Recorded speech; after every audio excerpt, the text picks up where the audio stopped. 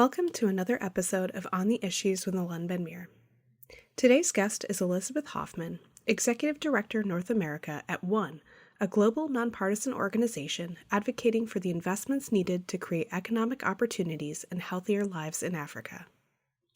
In this episode, Alon and Elizabeth discuss the background to the current civil war in Sudan, Elizabeth's on-the-ground observations from her journey to the country earlier this year, the atrocities being committed against the people of Sudan, and what the international community, particularly the United States, can do to help end this conflict.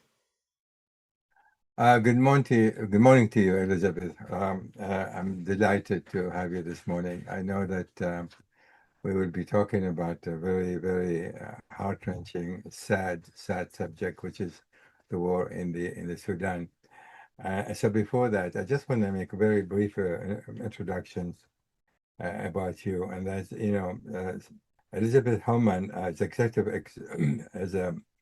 she has the extensive experience in government relations and international policy before joining ONE, which is a unity collective action related to human rights issues. She held position at the Center for Strategic International Studies, the National Endowment for Democracy, and as a senior staff member in the House of Representatives focused on foreign policy, national security, and human rights.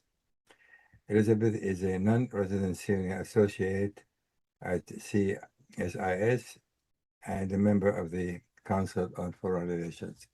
Again, thank you, Elizabeth, for taking the time.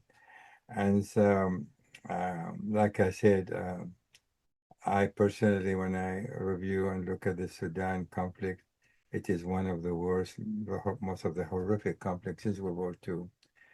And the saddest part of it is that the international is still looking at it basically with caring less, as if nothing is happening when millions and millions of children and women and children are hard to describe in their condition, their situation. So before that, I'd just like to ask you a general question for our audience. Who is fighting whom and why? Yeah, well, thank you so much for having me on today, although to discuss, as you note, a rather grim topic. But right now, what you have is a war. I mean, the two main parties in the conflict are the SAF, the Sudan Armed Forces, and the RSF, the Rapid Support Forces. And SAF is led by General Burhan, and RSF is led by a leader known as Hemeti. And before, I mean, the war, so in 2019, I think is kind of the place to start. There was a transition, well, Sudanese civil society took to the street, mostly led by women, to peacefully protest the rule of Omar al-Bashir, who had ruled the country rather brutally for decades.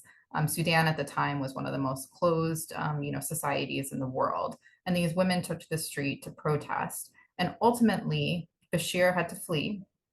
And what happened is you had these two generals, and there was a power sharing. Well, you had a transitional government, but these two generals were kind of in the background, right? Because the RSF is a bit of the evolution of the Janjaweed, which was responsible for many of the genocide that happened in Darfur. Then you had the Sudanese Armed Forces, the kind of traditional government military.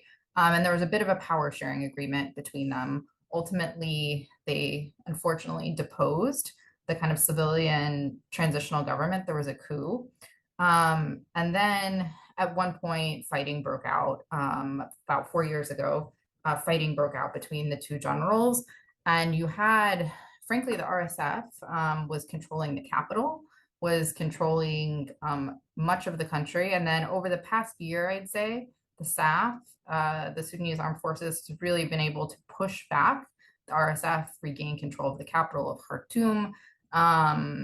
But in addition to these two main groups, there's a lot of different militias, right, that make up, and they've kind of pledged alliance to either the SAF or the RSF. So the reality is, even though these are the two parties that everybody talks about being in the conflict, there are many smaller militias and regional groups that make up these two parties.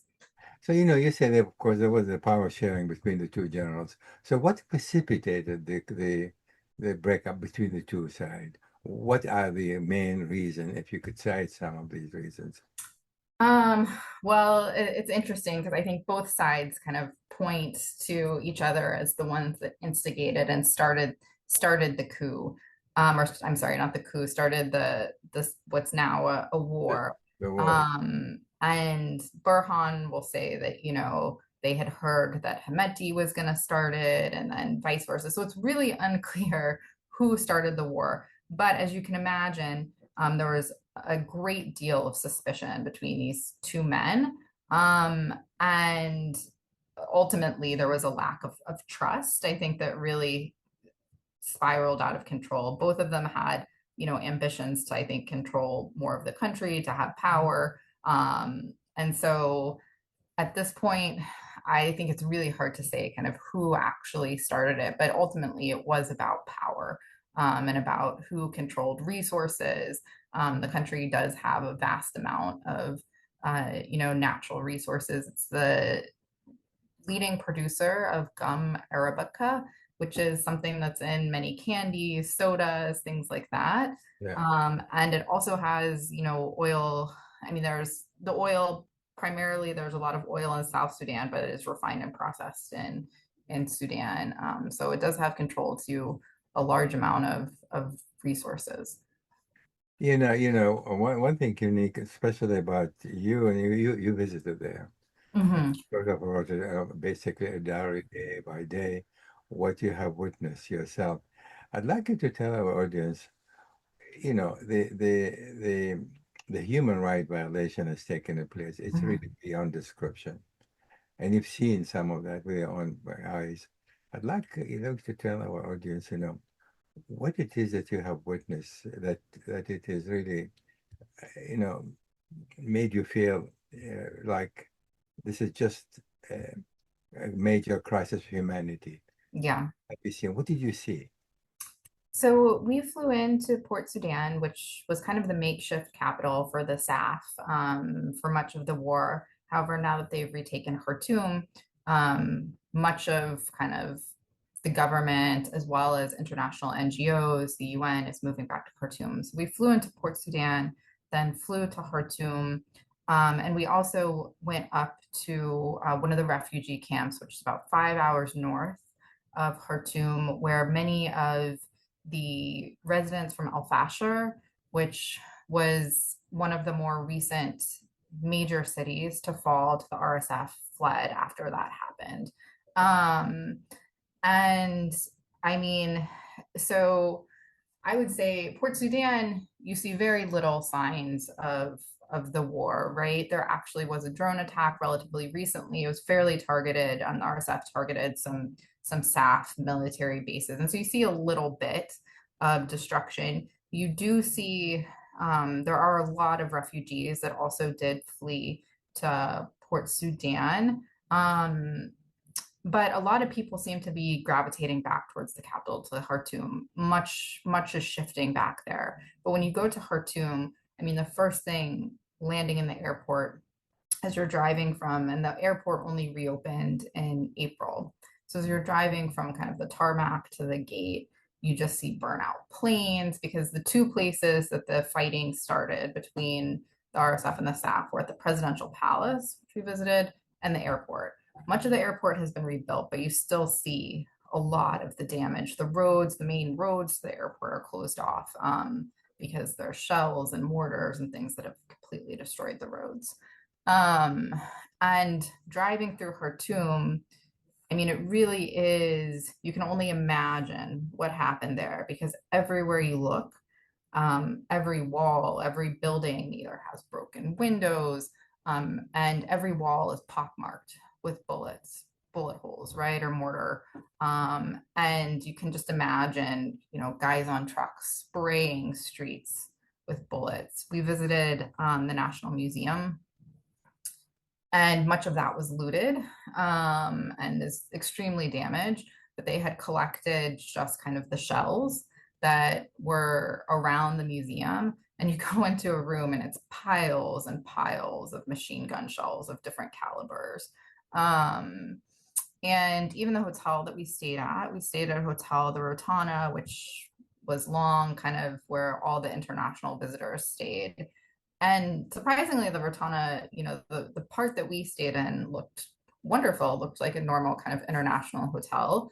Right. But they were unable to rebuild the other half. So you step outside the hotel and you see half. I mean, it really is quite striking. You see half of what looks like a normal functioning international hotel that would be anywhere. And the other half is just windowless, black, burnt Wow. out, completely destroyed because they have not been able to rebuild that other half yet. And one of the more interesting conversations I had, frankly, when we were there, I asked the hotel staff, I was like, what were you here, when the RSF were occupying Khartoum? And were you here at the beginning of the war? And like, what happened? And they told me much of the hotel staff, they said about 60 people were just hid in the basement for about 3 months. They were in the basement, they had food, they had supplies there, and just heard, right, all the noises above, and so didn't really know what was happening. And just told of, I mean, you can tell the society is very traumatized. You ask a lot of people about their experience and it's almost like they don't want to talk about it. I think it's too hard to relive. But I asked if they had, because again, the hotel looked beautiful. I asked if they had any pictures. And he was like, oh, we weren't allowed to take pictures. Right. And the hotel, they told me, was built, actually, the part that was rebuilt, the hotel staff did it themselves. They were the ones that were really caretaking and rebuilding themselves. But it's a really bleak scene, I would say. And again, there's parts of Khartoum where you can tell many more people stayed, and we saw many returnees coming. I think the SAF is really urging people to return to Khartoum to try to bring some sort of normalcy. But the other question I repeatedly asked to government officials is like, how much will it take? How much money will it take to rebuild the city? And nobody had an estimate. There was no official estimate of how many resources it would take to actually reconstruct the city. So it's quite alarming. Yeah, there are countries that support the two different, one is supporting Mhm. the other one is supporting Europe. So why do in this particular case, the United Arab Emirates stands, alone in a way and support? Why is it? What is the particular interest from your perspective at the UAE in on this horrific conflict that's continuing, and they continue to supply the RSF with weapons and munition, and albeit, I mean, with the horrific cost of human life and destruction? Why is it? I mean, it's a great question. And I think what you've seen as the United States has really pulled back from our leadership role in the world, that this is one of the sad consequences of that, is that there's a power vacuum, and especially in East Africa, um, where, to be fair, the United States, I mean, 20 years ago, the United States invested and cared deeply about Sudan and, ultimately helped broker the peace deal that resulted in the split of South Sudan, North Sudan. But the Right. US was heavily engaged and involved. And now you've really seen a power vacuum, I think. And what's happening is many of the Gulf states are engaged in a bit of competition Right. for the resources. I mean, the Gulf states, many of them, especially UAE, right? They don't have arable land to be able to farm and provide food for their populations. They really need to rely on surrounding countries to be able to provide the food security and some of the resources. I mean, UAE is a little desert island, right? Kind Yeah. of manufactured. And so I think they are really heavily investing in East Africa to try to secure resources for their own population.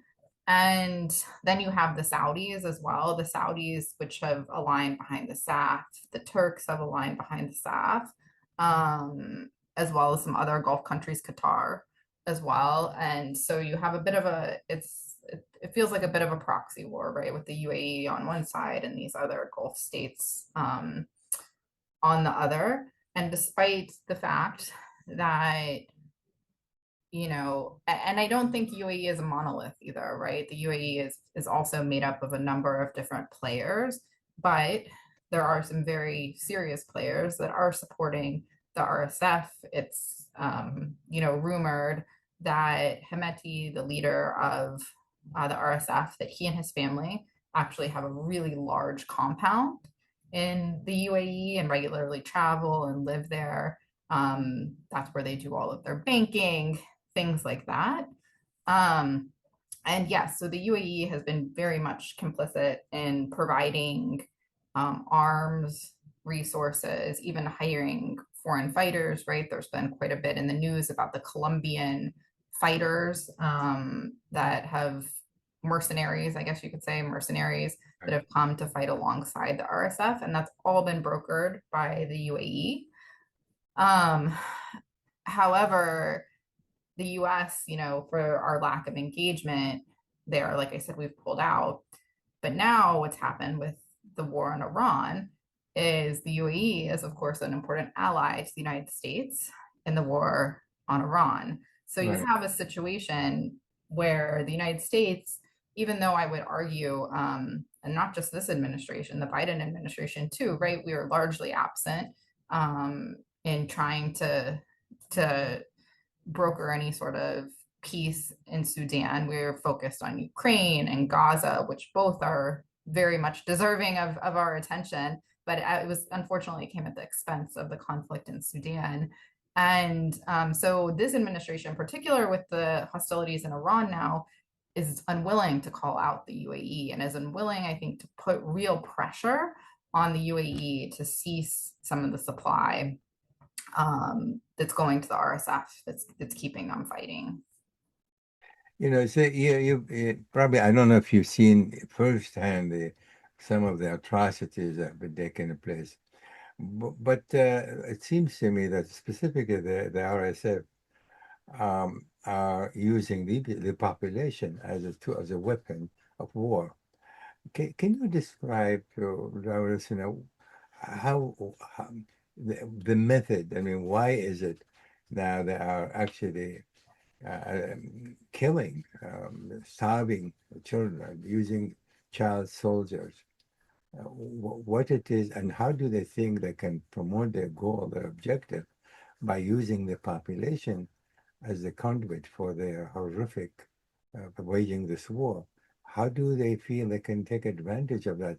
In which way is giving them any kind of advantage by turning against their own the population, presumably in the name of trying to protect them or provide them a better life?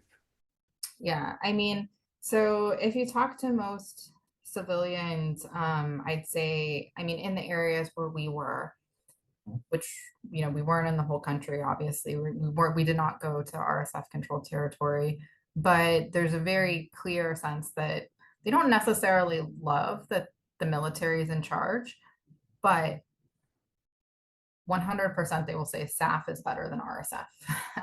There's no question. So both sides, I mean, it is clear both sides have committed violations and should be held accountable for those. But the vast majority of the violations really are happening by the RSF. That's right. Using rape as a weapon of war, as you said, using child soldiers, and just creating fear within the population. I mean, this is very consistent with the same methods and techniques that Hemeti used during the genocide in Darfur. So you're seeing many of those same tactics playing out in the civil war in the areas where RSF is in control. And you have people fleeing mostly. I mean, I think it's very telling that, for example, when we went to Aldaba, to the camps where the people from Al Fasher went, and Al Fasher, right, the RSF essentially choked off supply lines. So people weren't able to get food, medicines, things like that. But they fled from RSF territories to SAF controlled territories. So I think even the movements of the people is very much telling which side is viewed as more trusted, as more reliable. However, SAF is still also using child soldiers and committing violations as well. Um, and as to why they think this is a successful model, right, for controlling the population, it really is rule through fear and subjugation is what the RSF is doing, and trying to control and intimidate the populations. And I mean, particularly the crimes against women and children are incredibly horrific. I think also, I mean, these aren't necessarily, as I mentioned before, these are the SAF and RSF is a bit shorthand for groups of fighters that are aligned with either side. And I don't think the command and control is necessarily very clear. So depending on the area, depending on who's in, so you do have small like regional and tribal militias and fighters as well that have allegiances and alliances of certain groups and certain ethnic groups. So it is quite complicated. But yeah, I would say they're very clearly using fear to intimidate people, and especially those in areas that have traditionally been more aligned with the SAF. So that's unfortunately, I mean, when we were in the camps in Aldaba, it was quite sad. Many of the people we talked to, I mean, we talked to electrical engineers, to teachers, to doctors who were living in these extremely bleak conditions in the middle of the desert. It's hot, uncomfortable, unreliable access to food and clean water. And these are, professional people that had to flee their homes, and now are just kind of living in limbo. And many of them, I think, express hope that they will be able to go back. Right. So I don't think that people are yet at that point where they feel that they need to permanently remake their lives somewhere else. They hope that they'll be able to go back to their homes. And also, I mean, in the camps, you have a lot of women, because the other thing that the RSF will do is either execute the men, imprison them, take them as kind of prisoners of war, or forcibly conscribe them. And so you have a lot of instances of families that are separated as well. We visited a school in Port Sudan, and one of the girls, she said that she hoped that she wanted to go home because she missed her dad, because he was left behind, right, when they had to flee. And I don't know the whole story if her dad is still alive and what his circumstances are, but there are many instances where you have families that have been torn apart by this. Right, like you said, specifically the last 3 years, since October 7, 2023, with the horrific war that took place, between Israel and Hamas, which is another, I don't know, it's basically genocide being committed in broad daylight by Israel. So the whole world, was busy in the last 3 years. Now, of course, going back to June of last year, or the first war between Israel, United States, and Iran, and now, of course, so the international community, exactly what you see, has been focused on these more the fresher, the more recent horrific crises that have taken place. But I don't think the international community, I mean, ordinary American, ordinary European, they still do not, in my view, understand the extent of the crisis, the humanitarian crisis in the Sudan. For example, one statistic, more than 25 million people are basically starving. Yeah. The vast majority just have nothing. They go to sleep starving. No. Can you describe, from what you hear, do the Sudanese themselves as people? I mean, right now you guys are saying, the Sudanese armed forces are having more the upper hand, and people are returning. But do they have a sense of the atrocities that have been taking place Is it being talked about in Sudan itself? Are they Hmm. writing about it? Are being discussed? What did you witness? Yeah, so you very much have um, a SAF, the government, the Sudanese armed forces, that very much is looking to highlight the role of the RSF and the destructive role. So right as soon as you get there, you see a video of we saw a very graphic video of RSF soldiers raping women. And I mean, these are things that the fighters themselves have recorded on their phones and posted on social media. So, and you can't get far without hearing about the role of the UAE in supporting these atrocities. So yes, I do think that the staff are trying to get that message out. Um, but I don't think they're doing it successfully. I mean, there's a couple of dynamics at play. I think you also have a diaspora that's also quite divided, a bit traumatized, um, and civil society too. There was this transitional government that was then deposed in the coup, and you have a lot of civil society that's on different sides of that. So civil society and the Sudanese population in general, I think, is very fractured in kind of who they think the players are. And so there's not a very clear narrative being told. And the Sudanese armed forces, to me, I think the most compelling narrative is the one starting in 2019, right? That's the one that should be highlighted, is that the people of Sudan very bravely took to the streets to overthrow the Bashir government and proclaim that they wanted democracy, that they Right. wanted a better life. And then the country was on the pathway to that. And then there was the coup. So the Sudanese armed forces, right? They were part of that coup along with Of course, Hemedti. yeah. And so they're not going to tell that story. They're not going to tell the story about how they overthrew the government. So I don't think that the story that they are telling resonates.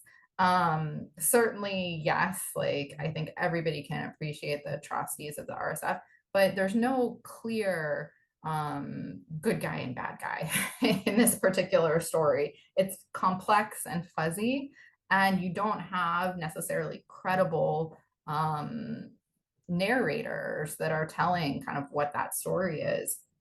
I mean, in the case of Ukraine and Russia, right, you have a very clear aggressor and a clear victim, that you can tell that story. And even, with Israel and Gaza, I mean, Israel always, I think, is quite masterful in how they tell these political narratives and quite skilled at it.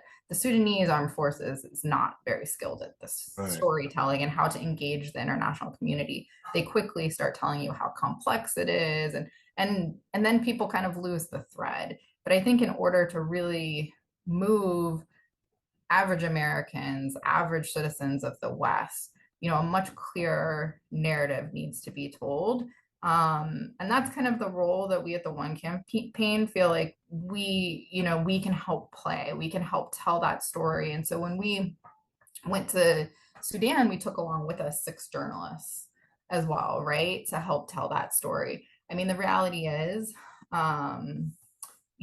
I think that we were able to engage in many of our own meetings and kind of set up those things. There's always somebody from the government with us. And so that in of itself gave a bit of a, you just wonder, it makes especially journalists who are used to these kinds of things, right? They wonder, what effect is that having on the person that we're interviewing, the person we're talking to? Why do they have to be here? Why are they, I mean, trying did you ask that question? Why are you here? What are you trying to hide? What is it? I mean, on the one hand, you want a story to go out. You want to see to the whole. You want to tell the whole world the atrocities that have been taking place by RS. Why is it that you need to watch and listen to what these journalists are trying to report? Something that you would like to international community be aware of. Yeah. And Is we've it had those, can be posed? we did. And we've had more frank discussions, I think, um with some of the government officials since we've been back about that. And they have expressed, you know, I think they get it. I think they get it. We'll see, if we are able to go back and see if it changes. I mean, I think the reality is SAF doesn't want to be criticized, right? And they're very sensitive. They feel like UAE, they well, they UAE, they view UAE and RSF as kind of one entity, and they feel like they are very much winning the information war. And Yeah. they're very sensitive to the fact that they feel like the UAE is controlling all of the information that the international community is getting. And I think the reality is SAF is very wary of being criticized. And it's funny because again, like, I mean, they have some authoritarian reflexes, right? They have Yes, of some course. authoritarian reflexes similar to Yeah. what you would expect a military government to have. And it is very counterproductive because I think had we had some of these conversations, without the minder in the room, without the government official in the room, I think that the story would have come through very clearly that RSF is still bad. Sure, SAF would have been criticized, but I don't think it would have tilted things. But they're extremely sensitive about that. And I think it is counterproductive to the message that they're trying to convey to the world. And those are some of the conversations that we've tried to have with them. It's like, listen, you're trying to tell this story to the world. You should give fuller access. Like, let people criticize SAF. That's okay. It's okay to have some criticism. And frankly, it gives a sense of authenticity to the Of course. story, Yeah. because anybody's unhappy with a ruling government. That's just the nature. They want services faster. They want life to return to normal faster. So of course there's going to be criticism, but that actually adds credibility to the story. Yeah. In your reporting and when you visited, you also women obviously in this horrific conflict has been suffering perhaps the most. Of course, the children as well, even more so. But women have been experiencing the horror of this war. On the other hand, the women are also taking the position. I mean, they are out there, are the one now who are out in the forefront trying to fight this horrific war that's taking place. Can you tell us a little bit about the women's role and the level of their success in trying to mitigate the conflict and or tell the world, what's happening there? Talk about the women's role in this horrific conflict. Yeah, I think that's one of the saddest things, as you mentioned, because women are by far receiving the brunt of the brutality, with rape um, and what's happening to their children and their families. But they are also kind of the beacon of hope, I think, in this conflict as well. I mean, as I said, when in 2019, the protests against Bashir, they really are organized largely by women's groups. So women were the leaders in helping overthrow Bashir. And then, of course, when the war broke out, women were some of the first that were organizing. There's been a lot of coverage of these kind of community kitchens that have been set up throughout the country. Was as when the war broke out, these neighborhood associations that started, people were bringing food and they would cook and help feed their neighbors and and get medicines to people who needed them and try and organize some sort of semblance of order where there was a clear vacuum. And I think I mean, some of the most incredible stories were those that we heard from women. For example, there was a doctor that we spoke to, right? And it later came out as we talked to her, it turns out she was married to a man who is the coach of, I think, one of the Sudanese national soccer teams, right? So this was not a woman that did not have the resources to leave the country. And in fact, her husband and her kids did. They went to Cairo, but she was an OBGYN. And she was like, nobody else, Right. everybody else is leaving. Yeah. And if I leave, how women aren't going to have any access to care as they deliver babies and whatnot. So she was like, I have to stay. So she stayed throughout the entire occupation of Khartoum, providing services. She told a horrific story of standing in the hospital and a stray bullet hit her colleague, in the stomach, and she watched him bleed out in front of her. So she's clearly seen and experienced a significant amount of horrible things, caring for women who had been raped, right, as well. But she stayed through all of it, and she was just like, I can't leave. Why would I? Like, people need me.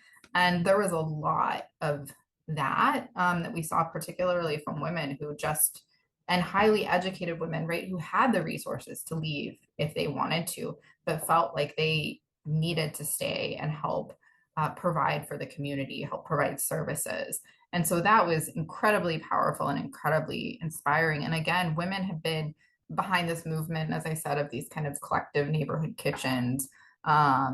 And now are transforming that effort, as it depends on the part of the country of what people, the population need, right? But in Khartoum, one of the women we talked to, she's transforming that effort into more of a reconciliation and psychological help. And in addition to helping, care for kids, provide a daycare so that women can get back on their feet and start small businesses because they go pour coffee or sell small things on the street. And so they need a place for their kids to stay. And in many cases, the schools aren't reopened yet because you don't have the teachers and the staff and the infrastructure there to support kids being in school. So they're providing a daycare where women can leave their kids so they can have some sort of economic livelihood. So you're really seeing a lot of that power come through and how they're helping to bridge the gap. So many women, of course, are doing this as individual. But do you see them? To my knowledge, there is no a women movement per se. That is a collective group of women by the thousands or more that actually develop a sort of a movement that is calling for cessation of hostilities and to the horrific human rights violation. Do you see that being there, being formed? Are they moving in that direction? Yeah, no, I mean, I think you're right. I think there are women leaders. For example, one woman who was she had an NGO and she's now part of the SAF government working specifically on women's issues and helping to document some of the crimes. And I think about what is a justice, what does some sort of transitional justice period look like as well after the hostilities hopefully end. But no, you don't really see, and I think a lot of that is because many people have left the country, right? And so perhaps as people return, as people feel like there's security in the country, and you do get returnees, perhaps more of that will come together. But at this point, you don't really see that united front. And I think that goes to also civil society being very fractured, right? And aligning with different, players. And, I mean, I think some people are criticized for aligning with the SAF. Some people are criticized for aligning with the former leader of the transitional government. And there's not, there's very much a division happening there and a suspicion, I think. And people, I think, also, as you see in many of these conflicts, I don't think we experienced this because there weren't enough returnees at that point. But also you then get in societies like this, you then get tension between the people who stayed and the people who left, right? And so I think that's going to have to be something that's really Sudanese are going to have to figure out how to navigate. And I do actually think that women can play a really important role in that as well, in bridging those gaps. There's no question. But have you seen, or is there any particular women that is you might rise to the occasion, so to speak, and assume a role of leadership among women? Is there such a personality, a woman that is making the effort to galvanize women movement, or there is no such individual, such a woman who is actually rose to that position? Yeah, I don't know. I don't know. I'd have to look into that a little more. I don't want to say there's not, because there might be, and I just am not aware. But not that I personally am aware of. But that doesn't mean that there isn't somebody that is working on that and that's playing that role. I just don't know enough about that. Yeah. Needless, of course, when Trump came back a second term, he cut all foreign aids, and Sudan is the last thing in his mind. So the United States not only not providing, albeit some money is indirectly going from the United States to help, but you don't see the United States present there. But I can, I'm one of the most intense critic of Trump. I mean, I can't. We don't want to switch to what Trump is all about. But why do you think? Yes, President Biden was also occupied initially, at least with the civil war, with the war in Gaza. But why didn't he, from your perspective, did something specific about try to do something about the war, this horrific war in Vietnam, in the Sudan? I mean, I think the sad reality is, I think there's a couple of things. One, and I've seen this because, some of the journalists have written stories, and one of the things that I see, I kind of look in the comments to see what are the reactions people are having to the stories they're telling and the stories that they're writing. And one of the comments that I saw, it wasn't overwhelming, but it was always there is like, oh, they're always fighting over there. It's always been a mess. Like, there's no hope for a resolution. So I do think that that plays a role. The fact that Sudan is viewed as being, mired in conflict for decades and we're never going to solve it. I think that is not helpful. I think that there's not the powerful constituency in the United States. I mean, Sudanese Americans are quite well organized, and they're actually doing some really amazing work to help the situation in Sudan. Actually, in the airport, we ran into a delegation from the Sudanese American Physicians Association that was bringing physicians over to help in hospitals and do surgeries. But they're not the constituency that, say, the Ukrainian Americans are, or Israeli or Palestinian Americans. They're not as populous, not as well organized, I'd say, in pushing this. And again, I think there's just this narrative that, oh, it's always going to be like that and there's no solution. And so I think that means resources are not directed as much as they should be. And I mean, the media, right, does play a really important role in spotlighting these crises. The media was able to have, some access in both the case of Israel, Gaza, as well as in Ukraine. It's been extremely difficult, I'd say, for media to get into Sudan. We took one of, I think, the first delegations in quite some time. There have been reporters here and there that were able to access. And so there hasn't been the stories, the kind of attention I think that the conflict deserves. And so I think it's a whole slew of factors. And most Americans just, we're in a time in our history, I think, where Americans are looking very much inward. But again, it really does. I mean, we did a really interesting focus group at the One Campaign with Frank Luntz about a year ago after some of the foreign aid cuts happened and what was happening. And everybody was thinking about Ukraine and Israel and Gaza. And I think that's just because that's the information they're getting from the media. And so that plays a really big role in it and just kind of what information people are getting. Right. So you might, when you look at it and try to discern why is it? So I look at this principle, like we mentioned before, preoccupation with other conflicts specifically. That's one thing. And then you have basically, like you just said, giving up. Sudan has been mired by this kind of conflict for decades, going to continue for a while. So what is there to be done that we haven't tried and didn't work with? And then you have the other element, which is an interest. UAE has a different interest versus the other party that's been supporting the Sudanese, armed forces. So you have these elements. And I'm look at it and say, how can we mitigate any of this? And it's extremely difficult. Extremely difficult. How do you make? I mean, I gave up on this administration here. Trump is not going to do a damn thing about it. He couldn't care less. He couldn't care less. the giving up on what's going on. It's just a human tendency to say, well, I cannot solve it. What am I supposed to do? Even countries who can. And then, of course, we mentioned that. Now, given this reality, where do we go from here?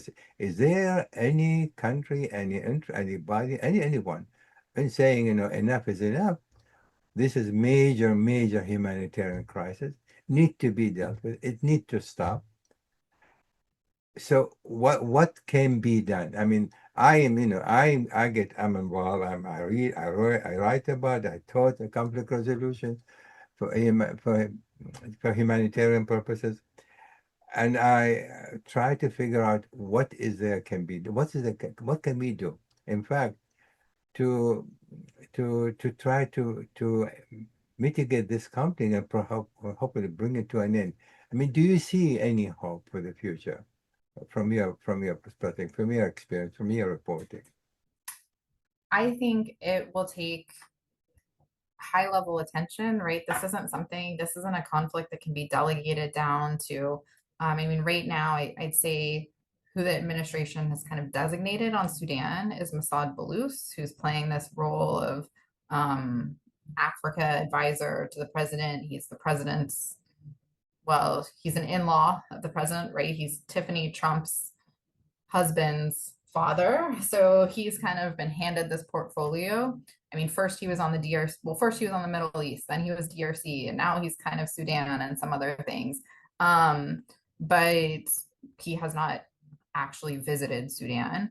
And he lacks experience in how to deal with this, right? He is Lebanese Nigerian, I believe, but he does not have experience in high level, high stakes diplomacy like this. And I think it takes somebody that does have that experience. I think it's shuttle diplomacy, right? I do think there is a possibility to end this war, but that means engaging all of the parties, particularly the warring parties.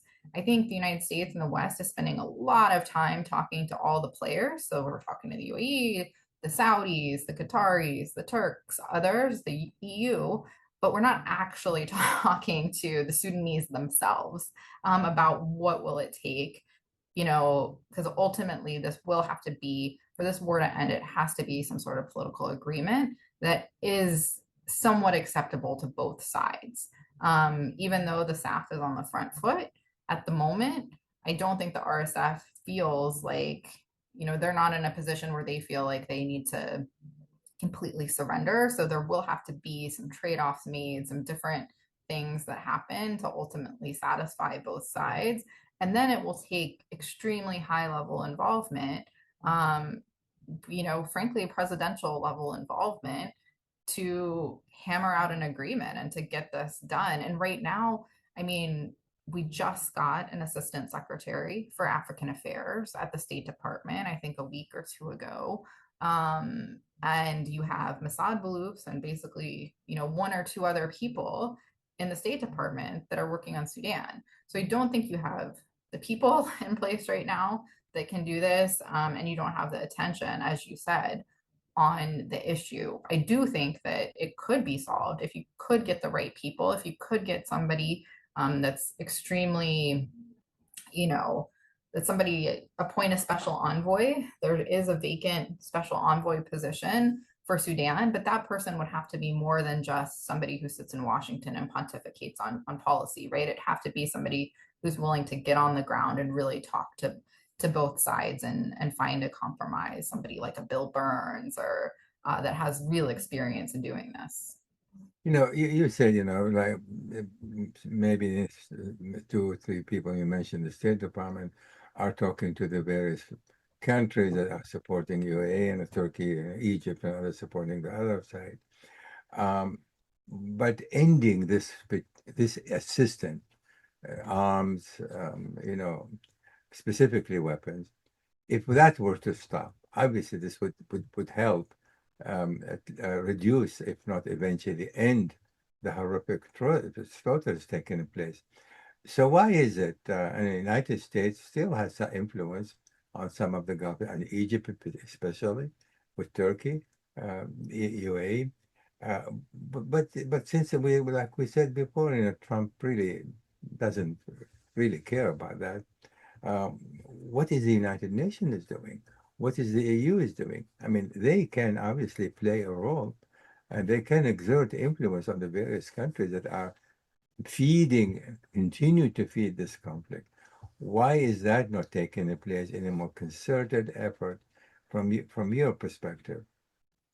I think the EU and Europe, they've played a role, a small role, but they're extremely preoccupied with Ukraine, um, and the war on their continent, and now Iran. I think Iran is just the elephant in the room, right? Especially with the players that are involved in Sudan. A lot of them are also involved in negotiations with the Iranians and helping I mean, the Turks obviously have been, are in this coalition fighting Iran, or not directly fighting, but shooting down drones and things like that. And so I just don't think that there's an appetite there to take on those people that we, for now, really need as allies in this war against Iran. And that goes for the Europeans too. Um, to talk about Sudan, which the administration certainly views as a secondary priority, which is sad but true. They don't view that as being a top priority. But I think I mean, if everybody forgets that, Osama bin Laden spent time in Sudan. The Sahel is a bit of a mess right now. There's a real vacuum. There's Islamic insurgency happening in the Sahel. And I think if we continue to let that fester, and not address it, we could very easily end up with a big problem like we did in the early 2000s with Al Qaeda really emerging out of that region of the world. Everybody looks at Afghanistan as to where Al Qaeda emerged, which was certainly, one of the main strongholds, but also, I mean, the attack on the USS Cole, and what happened in this region of Africa, was a training ground for Al Qaeda. It was very instructive. It was somewhere that shaped that ideology. And so I think that if we're not careful, and if we continue to neglect this region, that we could end up with major problems down the road. That being said, politicians, no matter what their party, always want to deal with the immediate crisis in front of them. They're not as worried with what can happen 2, 3, 4 years down the road. But I do think, the US government as a whole does need to take this seriously and figure out a way to be engaged and engage our partners. Like you said, in the EU does pay more attention to Africa, since it is really on the border of the EU, and figure out how we can come together to deal with what's happening there.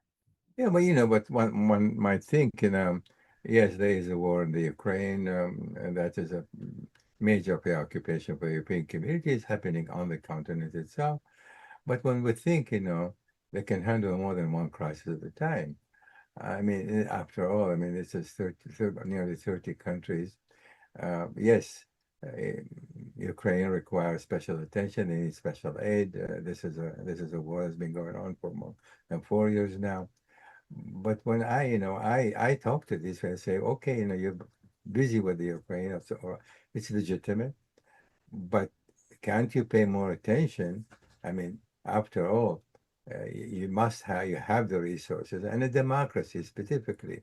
Shouldn't you be more concerned and make a concerted effort just to at least to ease this humanitarian crisis? And I don't get a straight answer to that either. Say, they always accuse, and exactly what you said, they deal with the crisis before their eyes. Now, Iran, of course, is adding another layer that is distract from any other conflict around the world. I mean, right now, as we speak, there are 130 different conflicts taking place. How many of them, in fact, we know anything about, other than what we hear, what we read about the contemporary conflict that's taking place? And even the Sudan is put in the back burner, because it doesn't, what that would have effect. But they are short-sighted and not thinking in terms of the long term.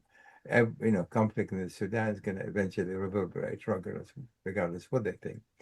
And we're coming very close. However, this is very, very quickly 1 hour. I can't believe it. I'd like you to have the last word on this. What if you were the policymaker who can actually affect a change? What 3 or 4 recommendations would you make today? So, and then you'll be able even to write about it and say, this can be done, this should be done. That is, things within that we have the means, not esoteric ideas, but practical ones from your perspective, what it is that you would recommend that must be done, need to be done. Yeah, no, thank you. That's a great question. I mean, I think the first thing absolutely is to surge humanitarian support. I mean, the little aid that is getting in right now is not enough to address the vast crisis that's happening. And the fact that in this day and age in 2026 that there's mass starvation of millions of people is just it's really unacceptable, because we know how to solve that problem, right? We know how to solve it. Right. So I think surging aid, particularly food aid into the country, is critical, along with medicines. I mean, you're seeing outbreaks of diseases that were not an issue in Sudan starting to arise because of this crisis. So I think food and medicines to help meet basic needs is absolutely the first thing that we should do, and that we have the capability to do. I think second is kind of appointing, I think the administration has to appoint somebody to focus solely on this crisis, to be in country, to be talking to both parties constantly, and really putting some, not necessarily financial resources, but some human resources behind it. I think the United States, we can certainly, I mean, many countries are starting to look at reopening embassies. I think that's a key step as well. Even if it's not, a complete mission in the country, some sort of skeleton mission in the country to help better monitor and inform what's going on the ground and engage with the different various stakeholders is really important. And then I think, I mean, those are kind of the top 3 things that I think at a bare minimum to really make some progress in the country. And then I think really starting to put pressure, even if it's behind closed doors, on the UAE to stop providing a safe haven, whether it be providing arms, physical shelter, literally to kind of the main player on the RSF, and exert some real pressure over UAE to kind of knock some of this stuff off so that these other things can actually have space to work. Right. Well, we can continue this conversation for a while. Thank you so much. You have imparted with very important information to those who are listening to this conversation. Again, thank you so much, Elizabeth, for taking the time. And I hope we'll have another opportunity to talk about this. I'd like to talk next time about we found the solution, who found the solution, and what happened, rather than talk about the atrocities still taking place. Absolutely. Thank you again, and all the best to you. Thank you so much. Thank you so much. Thank you for listening to this episode on the issues. You can find this podcast on my SoundCloud page, and stay tuned to my social media accounts for the latest analysis and announcements.